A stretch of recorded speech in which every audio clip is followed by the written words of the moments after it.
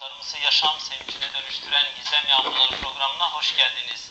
Sevgili dostlar, bugün birbirinden değerli sanatçılarımızla, üretken konuklarımızla bir arada olacağız.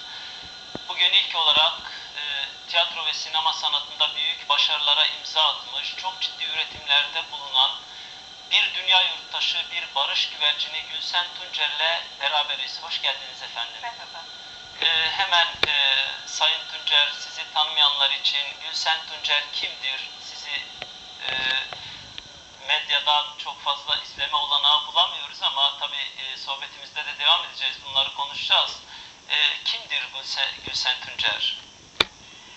Ben babamın memuriyeti gereği bulunduğum Adana'da doğmuşum.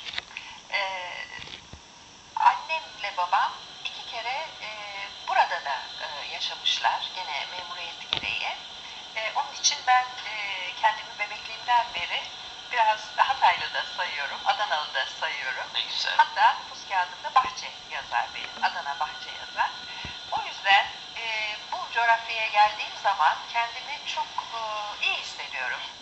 Akrabalarımın arasında gibi hissediyorum. Memuriyet gereği de gelinmiş olsa gene de demek ki ben buranın suyundan içmişim, havasını solumuşum çok küçükten, ekmeğini yemişim. O yüzden böyle. Sonra hep İstanbul'da yaşadım. Liseden sonra İstanbul Konservatuvarı'nda okudum, tiyatro okudum. LCC'de okudum.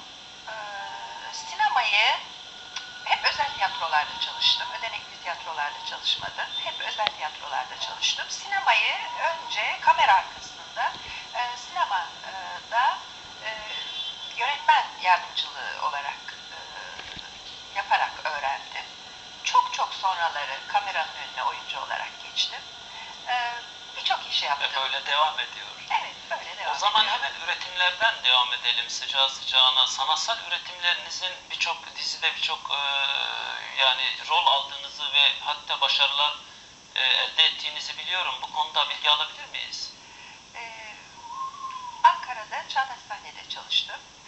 Ama daha önce İstanbul'da Gülül Surru Engin Ceza Tiyatrosu, Kenter Tiyatrosu gibi bunlarla 70'li yılların sonu 60'lı yılların sonu, 70'li yılların başında buraya da 2 kez geldim.